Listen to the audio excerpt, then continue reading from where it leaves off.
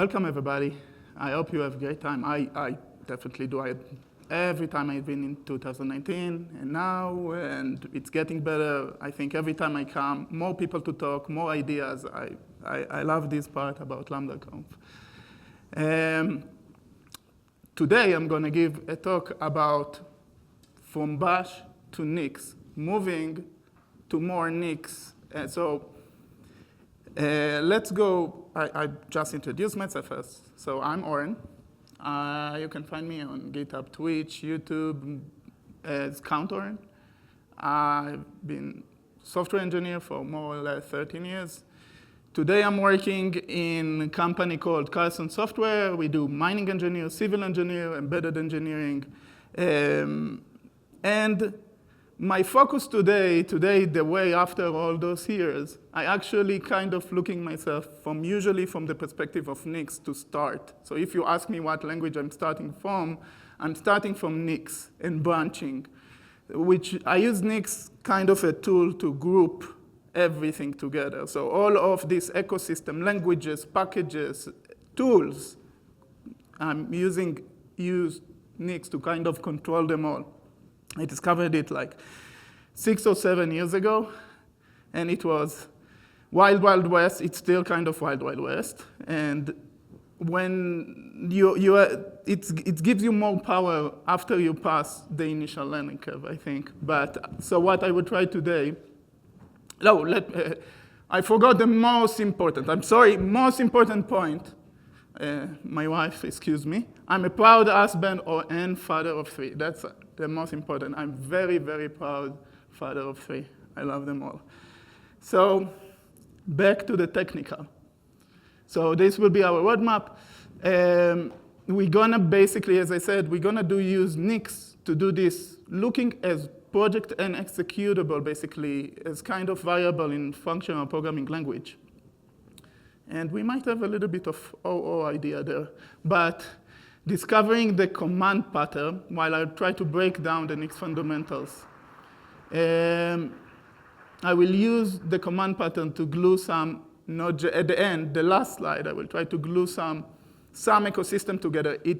The important is not so much the languages. It's important about how we do it, but it's going to be Node.js app server and F#, the transpile to Rust, and both building and running together. So I'll try to make all of this running. So what is Bash?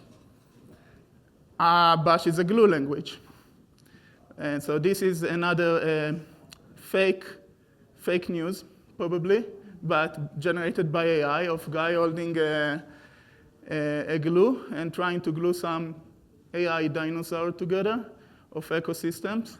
So yeah, that's Bash. It's an intent, Bash trying to do that. In my opinion, Nix is a glue tool too. It's a super glue tool. It could be a super glue tool. What are the drawbacks of this gluing with Bash that I usually encounter in my career? So drawback in Bash that it's imperative. So we all here probably know about imperative and the emotion throughout it. But imperative, a lot of the time, less composable. Less composable, you mean that, okay, I will leave a step in between and let the user guess the step in between. So I will have a package, but I will do some download from the internet, and then you will have to run this command and this command, jump 3 times in space and work on your end, and then the project will work. You need to guess it. You don't know. I don't have it in my source code. It's obvious that you need to work on your end. Everybody should know that. But that's usually what happened with Bash.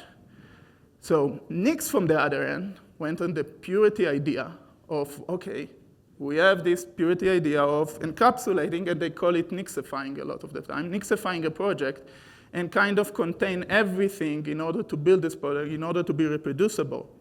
So Nix get us this idea of purity in order to handle packages. But then again, we have the same question of how do we glue them together? And Nix now face the problem, what are we doing with side effects?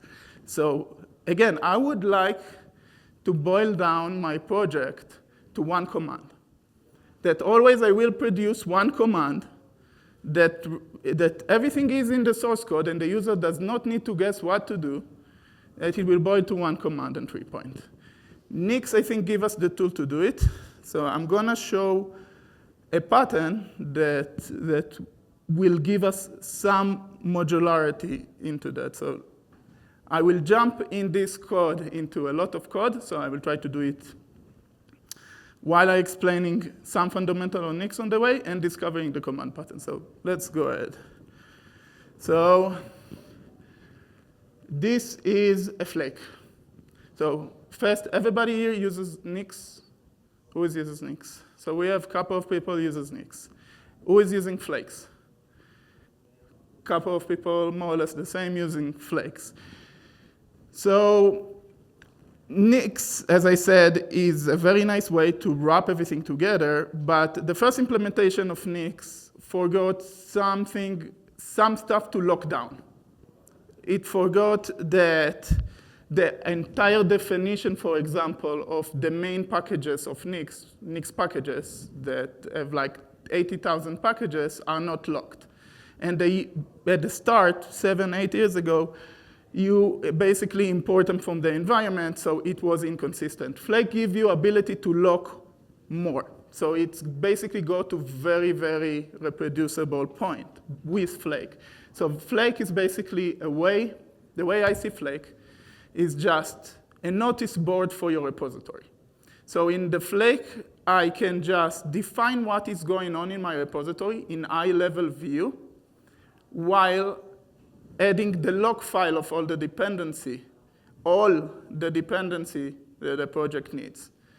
So that's how I see Flake, and I see it as a very good start point. So Flake can define you a development shell, which, in my opinion, very good start to start Nix. Basically, it's a good point to start from because you can just drop yourself into the development environment that contains some tools without affecting the project that you are trying to work with. So it's just small development environment, not compiling, nothing, just the tools. So it can define dev tool and can define package. So let's bring ourselves some Node.js into this development shell. And I will try to jump into it by doing Nix develop. And I have Node here. So that's one way. I can go and create myself some server.js, and that's a low word from Node.js. And so going back to here, I will just use the Node.js, and you can think about I'm creating the server.js, and I'm running it. I'm not telling the user that I'm doing that. It's kind of hidden behind the scene. The user will have to guess that you need to do the Nix develop that I just did and running the Node.js server. I can actually put it in source code. So we see a couple of stuff here, and I will try to break it down because there are a couple of stuff happening here. Here we are actually introducing the packages idea in Flakes. So in Flake, that is like the notice board of your repository, you can have packages. The packages that I have in my repository, and I have a default package. My default package for now gonna be a shell script. It's gonna be a shell script that the executable gonna be run. It doesn't really matter at this point. But this one gonna refer to the Flake itself in order to run it, and then run immediately the command node server init. It's basically all the commands that I just execute, but now they are in source code.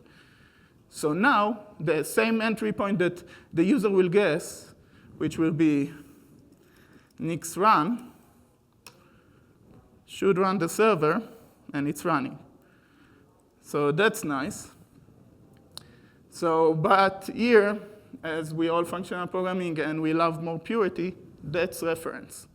We are referencing something that might exist. Node might exist. The server.js might exist. And Nix develop is two different commands even. Nix develop is a different command. And Node server, I can see both of them being used in different ways. Node server I will use in more production and to build, while Nix develop is more of the development environment. So I would like to break it down some more. So we can do that and break it down some more. And when I break it down, I will create something a little bit different here. So write shell script bin. So until now, I didn't go into detail. I go a little bit more into detail now. What is basically we are running here? So package write shell script bin is a function. It's a function that takes two properties, two strings, run and content for the bash. Now, this will create an entry in the Nix store. So the Nix store will be a place where all the packages will be dropped at in a mutable way. So based on my definition of the package, I will get an hash, and it will be stored that way in the Nix store. Now, write shell script bin wrapping above some, and we'll go down in the definition, but write shell script bin basically create a folder that has a bin that has a run in it. And that could be immediately run in Nix run. Write shell script will create almost the same thing, but the entry, instead of being a folder, it will be an executable. So now I can use the start server using the self in these flake outputs, which referring to myself and all my packages, and basically string interpolate my package into the Nix develop. So in string interpolation in Nix, what basically happened, the write shell script bin, this is, maybe you can look at it as a simple one, it could be a lot more complex one, but it basically will build the package, the package finish in a specific destiny in the Nix store, and this destiny will be replaced as the path to this shell script. Now, the Nix store is a flat architecture, and always for the same content will yield you the same package. Technically, there are some nuances here, but yeah. So now I have them as two different commands. So let's see how it looks like. So I can actually build it. So when I use Nix build, it will go to the package, it will go to the flake, will search the default package, and will build it. So what happens when I build it? You will see that I got a result with a symlink to this package that was built. So let's go over and look what it has. So if I go over into the result, this result contain the same command, and you see that he builds the other package and interpolate it into this command. So I get this modularity. Now you will ask, okay, why you didn't use write shell script bin with this one? Because if I will to use write shell script bin, I will have to add \bin and the name of the executable. If I use write shell script, it's more easily composable. And that's one of the conflict in Nix when you try to use shell scripts. So you have the idea of bins, that a package will be a folder with a bin, and then it can be included in build inputs, for example. And everything that is build inputs, when you drop into the development shell, will be included into the development shell. That's why you get Node.js. Because Node.js contains a bin folder that contains the executable, and everything dropped into the shell. But you can think about that we would like to extend it to 20 commands, I never got to 1,000 yet, but 20 or 30 commands and bind them together. If I had to do bin, it will be more verbose. I'm trying to reduce the verbosity. So let's go one more step. So that's nice, but let's try to make this thing, you can see that the verbosity here is still big. So what we try to do now is reduce the verbosity.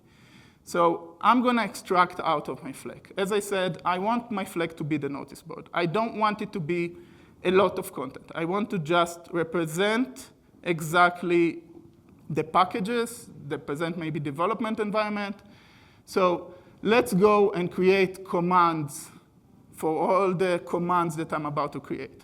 So this command, and here we're going to use something interesting. And this command are starting from a set in Nix. So we have a key value, key and string, and we're going to basically map utters. So map utters is just do this. Take me a key, like what do you see down there? So, sorry, I went to fix, but before fix, let's do map utters. So map utter will take a key and a value, a function that takes key and a value, and concatenate, and we'll do something with them to replace the value. So I can take key and value and put a dash, and then it becomes x for y bar.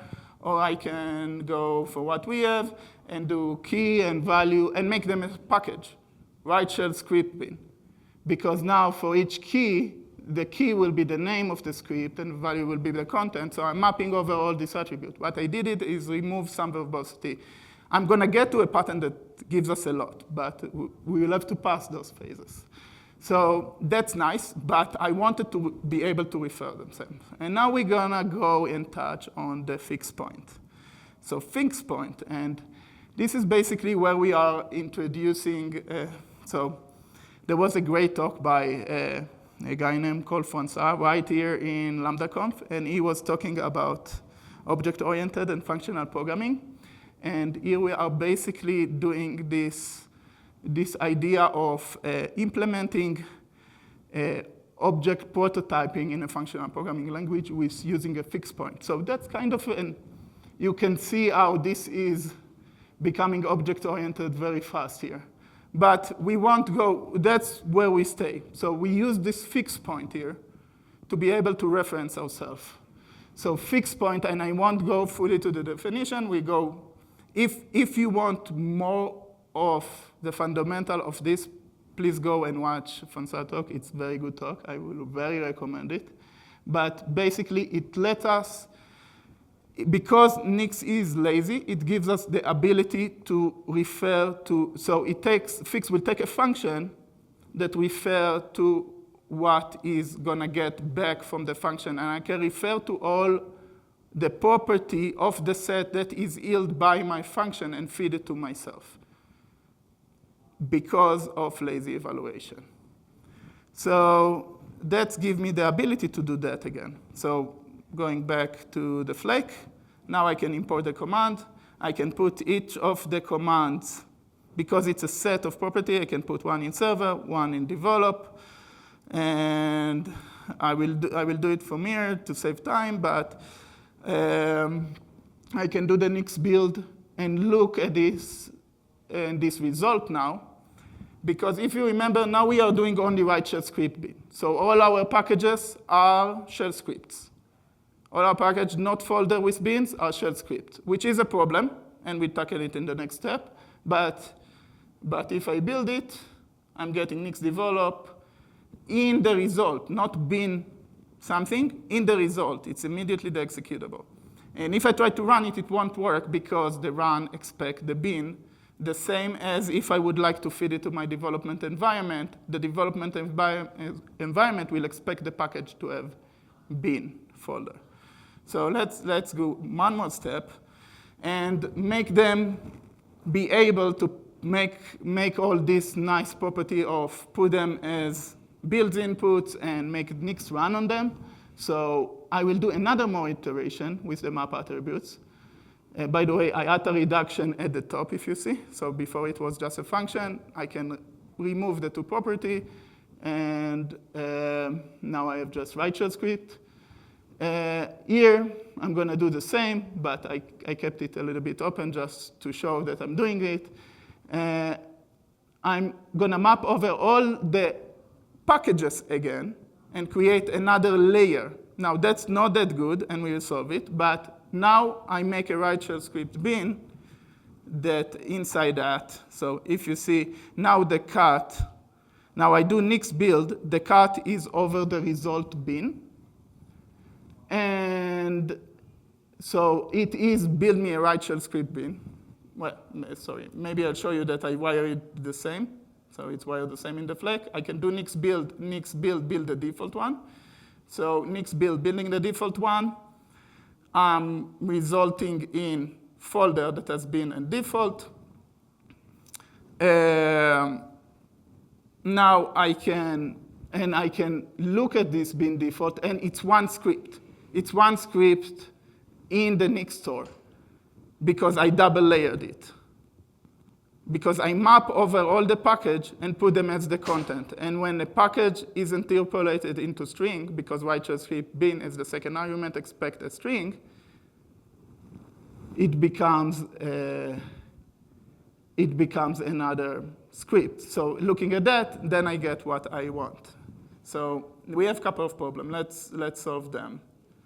Quick question about this current step. Yeah. Commands.nix, clear on that commands.nix. So why don't you just use right shell script bin the second line, I guess? We can. You actually can, and that was my first trial long ago. I used this pattern for a while, but long ago I started, but then if you have 20 or 30 of those, on every one of them you can reference, and you need to do in additional to the interpolation, because when it interpolates the folder directory, and you want to execute the shell in it. So you'll have to put a slash bin slash the name of the shell. So it gives you an easier way to compose. We will create ourselves kind of our own language inside Nix. We create ourselves a small ecosystem that it will be very easy to call each other. So I wanted to remove redundancy. That's why I don't use right shell script bin there. So yeah. So okay, we got that, and that's nice. But if you see, and you go again to step 6. That's not what we want, because now every time I will have to create a commands there, and I would like to just create commands in commands, add a shell script, and that's it. But this won't work, because every time I will create command, I will have to add it here. So yes, now I can put the stuff in build inputs. I can put them in default and run, but that won't be long-term and won't scale. So let's do something else. There is in Nix a function that's called symlink join. So symlink join takes a set, and the important part here is the path. Path said, give me a list of packages, and for every folder and every file there, I will symlink into one package. So for example, if I have in this list 2 packages that have bin folder with executable in them, it will unite them to one package that have 2 executable in them, symlinking everything. Symlinking and not copying. Symlinking from one to other, so I'm not repeating myself. So that's good. Let's use that. So I will map attribute, and now I will put it in a placeholder, this is a special placeholder that I will go back for a second, but I will put it in basically passthrough.bin means like in Nix there is a passthrough object that has a property you can call in the set here or that we have in Nix. We can say a sub property like that, but it's there for now. And we have the rec keyword to be able to refer to the set from itself. So I actually can map a package lib attribute value that basically strip out from the set all the keys and make it a list of the values. So all the executable from above becoming the list to be united into one packages. And now the flake of that will look a lot more simple, because now I have one package that I can import into default. So you know what, this one I might show. So let's build the default of this one and look at the result of this one. Sorry. So this one has both of them. So that's nice way. Now, if you remember, I said the special placeholder is a special placeholder. The special placeholder lets you, although it's a package, define a property on top of it that can be referred to a set and now part of the language. So I can refer in the default. So you see I'm calling myself, getting the default again. I can refer to this special set that I call bin into only specific one. So now the Nix build and the packages get the entire thing, and the development shell will get only the start server.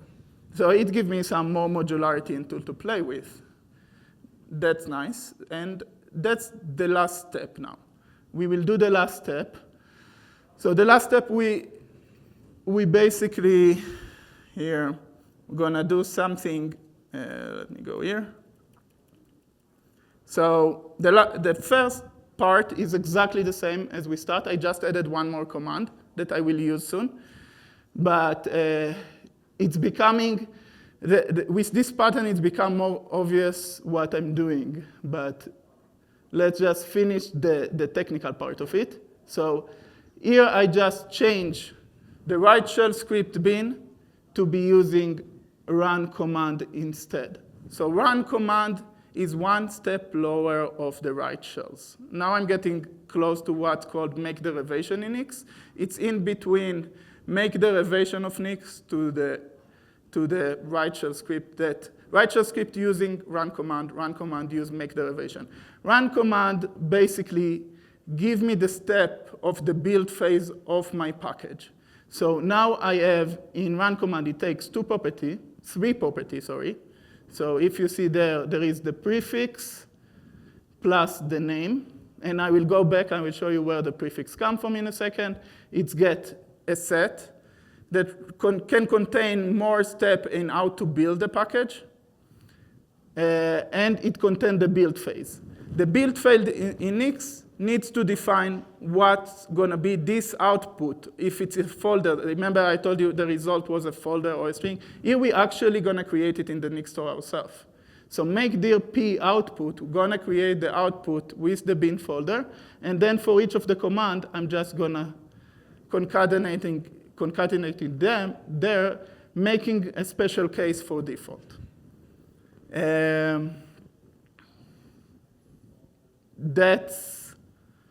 That's this part. So I basically stripped down the double layers that we had before of write shell script bin, that calling write shell script. Now everything is sim-linked instead.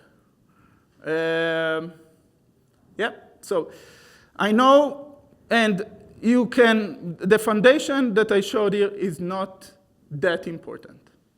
That's all the command pattern. So the foundation is how to get into that from Nix. But now that we got into this, we got a nice space in between. So from welcome to default, we have an area that inside it I have packages that is the entire packages of Nix, and I'm using the old way here as a default value. But let me explain here something that the top here of the Nix file is basically a function that takes a set until the column with two properties, the packages, and I added another property with a default value that called Lconf. So if it was not given to me by the caller, it will be just Lconf. If packages weren't given to me, I'm going to use the non-pure way of packages and include them from the environment. But the important part, from line 3 to 4, we got an environment that we can compose now shell scripts with 80,000 packages of Nix. So I'm using, for example, here Figlet to say hello based on my prefix. And let's see how it looks like. How are we on time? It is 4 o'clock right now. 4 o'clock? OK, good. So So, okay, that's, now by the way, from the Flex perspective, that is the top level, we can do import command, Node.js, put the commands themselves in the, so do a let statement, putting the commands there, putting the commands in the default package, I can put it in the dev shell, and I can take, if you see, I have another path through here that I'm allowing to directly, that's why I have both write shell script and write shell script bin here. So write shell script are existing in the set, and write shell script bin existing in the bin. So from the Flake perspective, I can say the Nix development gonna have a shell hook when you jump into the development shell, and let's do that. So Nix develop. We will get the welcome message. And if I do lconf, because I prefix all the command in the run command with the lconf, I can see a list. It's auto-completion of all my commands that I defined up there. So I can add more commands, and all of them will get their own type auto-completion, you can say, in some way, for all the commands that I have. So that's the simple pattern. So before I go to more advanced, the next slide gonna use a lot of those. So before I go into the lot of those, any question? No, okay. So again, the focus from now could be just this area and commands, because everything else is wired. And let's go into step 9. So step 9, I have all the commands. I have my welcome message from before. I have a start server. I have, and just from the command, you guys probably can fully understand the entire infrastructure of all my project in this step 9. So I will have a start server that will start the Node.js server and the server.js. I have server build and start. Now, build, I make a transpilation phase for my server that I'm gonna take this model FSX that I have the defining some type to transpile them. Wait, I got stuck. Yeah, to transpile them into the JavaScript to be included. Now the server.js actually import the model.js that is a result of the transpilation. So I can do server build and start, which using the server start, and I can do server get to wire some tool. I can use directly curl to localhost, and I can wire the curl together with a Rust project, let's say. So I have a Rust project. So Fable build Rust project. It will take the same module in F#, transpile it into Rust, and build the Rust project. So Fable build Fable build JS, that's JS. Rust CLI transpile will use the Fable RS to transpile to Rust, and then basically say where I want the model.rs. And I have running of the Rust CLI. So the running the Rust CLI will do the transpilation phase and Nix run over my Rust project. Why I did it that way? Because I need a side effect here. I need a side effect here. I need it as a reference because of the transpilation. So this lets me do the side effect that way. So you know what? Let's just go and show you directly what it's doing. So jumping here. Let's clear. Let's dump in our Nix develop for this project. So lconf now will be a lot more. So we can let's do something simple. Let's do the welcome work. Let's do the server. So lconf server build and start. That's transpiling the Rust and running the server. Let's open a new one. and let the server run meanwhile. And let's do Unix develop again. And now I can either use directly the curl request just to test the server. So let's do that, server get. It was the one that used the curl. I'm just getting a lowered. And I can do the Rust one too. So Rust, let's transpile and run the Rust. So Rust CLI get from server. I think, yeah. So that's running. It got it as JavaScript ecosystem. It changed it to Rust there, based on the same model in the F#. Yeah. So I will just show you one more thing. So if I go up, and let's look at the top level of my repository for a second. So there is a flake here that actually it's the parent folder. And if you see, I'm going to give to the wild, you can say, let's make it bigger. So I'm going to give to the wild a client section in my Flex. This will be exposed from my GitHub repository. And I'm going to run it with Nix run over my GitHub repository. So this basically, because the Rust before was a side effect, now I'm actually using the non-side effect version in composing the small function of the curl together with the Rust. So let's do it from the top level first with Nix run. I need to go back. And let me make it bigger. Nix run client. Oh, well. I have a problem. Let's try something else. Let's try directly this, and this work. So, yeah. Here I execute over my GitHub repo. That's how I can share my packages that I gave in Nix. So all those packages and all the commands will be self-reproducible.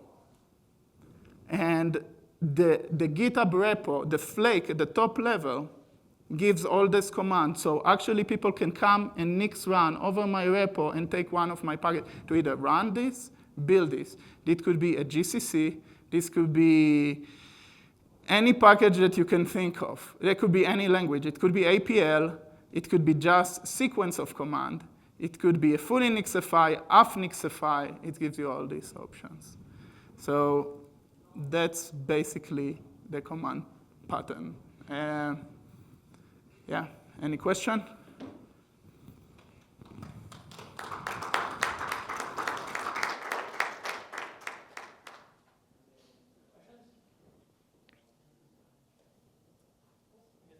I have one question.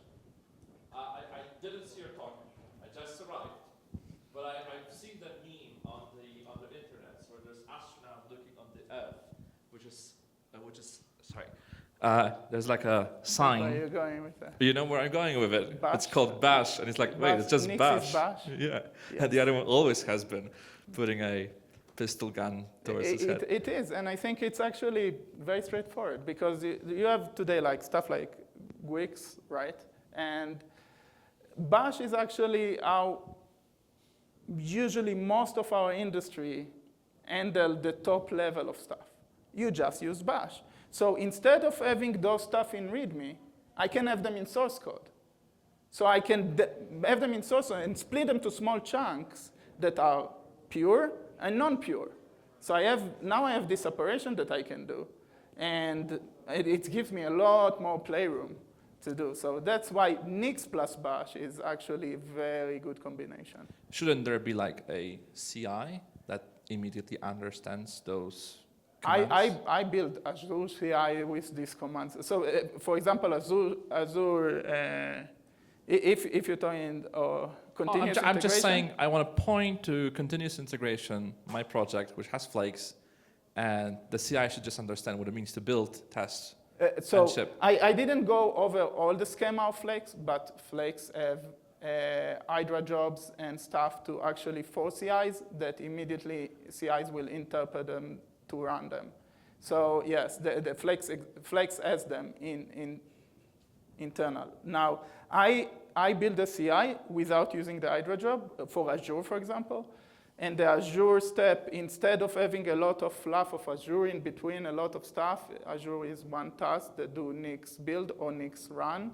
It could be Nix develop -c if there is some side effect stuff or something like that. But yeah, it boils down to one command. That's the idea. It makes Nix gives you the ability to boil everything to one point, with side effect, without.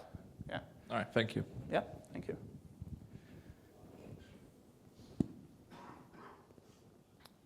Thank you, everybody.